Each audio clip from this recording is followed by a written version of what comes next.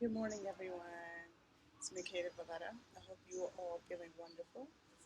I'm reporting live from Cuba, and I've been inspired to do a series of videos since I've been here. So this is a part of my Cuba series. And in this video, I want to talk about why Cuba is such a great place to come and learn Spanish. Um, I grew up in Washington Heights, a neighborhood right next to Harlem, so like Harlem, Washington Heights, where everybody looked like me and my family.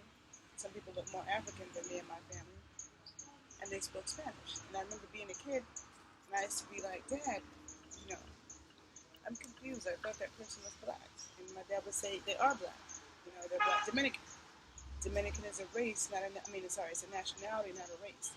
You can be a white Dominican, a Chinese Dominican, a black Dominican, a native Dominican, the same way you can be a white American, a black American, a Chinese American, or a Native American, you know. So it's a nation full of many different ethnic groups. And so I remember it took me a minute to get it, but then I got it, and I've always understood it. Like, a lot of people don't understand, like, there are black people in Spanish-speaking countries. Lots of them. Lots of us. Um, but the thing I like about Cuba is that it's super safe, you know, and most people here do not speak English. There's more English-speaking people in Puerto Rico or possibly Costa Rica, where I've spent a lot of time. But in Cuba, most people only speak Spanish, and it's like even if you tell them that your Spanish is not that good, they still will talk to you a lot. They'll have long conversations with you in Spanish and want to talk to you about all types of stuff. Um, at least that's been my experience. It seems that they welcome visitors and outsiders, and they're very nice to us. Like some places you go, people are not nice to Americans, or just not nice. Period.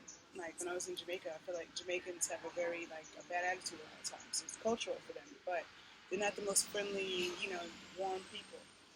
Um, and neither are the white Cubans in Miami, but they're a whole other story. They have such a nasty energy. The Cubans that I've come across here in Cuba are very intelligent people, muy inteligente, very nice, and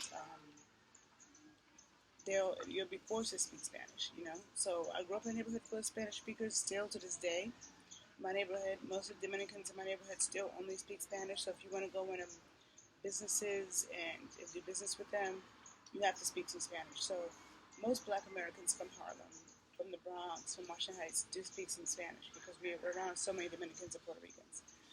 Um, but but it's like I've never been forced in the same way because I was always nervous about not saying things correctly. When I was in the third grade, my mom put me in dual language, which meant that my class was divided into two. So one, like let's say it's class section A, section B.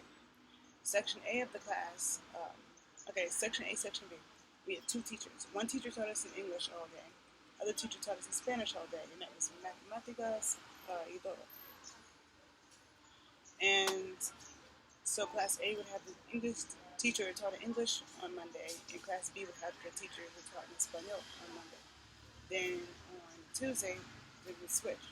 Class B would be with the English teacher, class A would be with the Spanish teacher.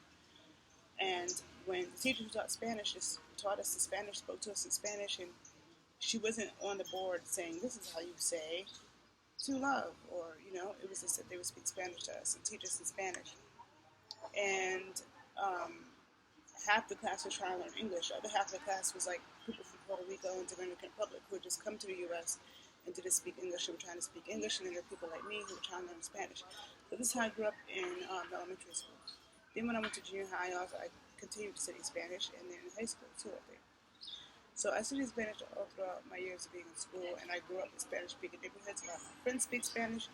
Studying Afro-Cuban dance and Afro-Puerto Rican dance, I've been to many lengthy workshops in dancing and drumming that was 100% in Spanish, plenty of times. And when I've taught my sexual restraint training class in Costa Rica, it's always been in Spanish, English and Spanish, like they're kind of back and forth. But usually when I traveled to Costa Rica, or I was around somebody else who spoke better Spanish than me, So a lot of times I rely upon them to do all the communicating for real, and I didn't really want to try to sound dumb or, you know. So now that I've been here by myself, I came to Cuba completely by myself. I have to speak Spanish, and this is not a place that you want to come to if you don't speak any Spanish at all. I wouldn't recommend it. You should be able to say some basic things and understand some basic things, because a lot of people here are not going to speak English to you or will not understand you. I've met friends here that I've hung out with for a couple of days who, when I have a slip up and say a word in English, they don't understand me. And sometimes I'm frustrated because I can't express myself the way I want, but it's forced me to use a lot more Spanish than I knew I had. So I think Cuba is a good place to come and learn Spanish because you'll be immersed in it. Um, you won't find a lot of people who give you a break and start speaking to you in English because they can. It's a safe place, very friendly people, and the food and the air here is very good for you. And I talk about that in other videos in my Cuba series. Um, Check out my other videos in my Cuba series on both of my YouTube pages, The Body Scientist 81 and The Renaissance Amazon. Okay, guys, see you later. Bye.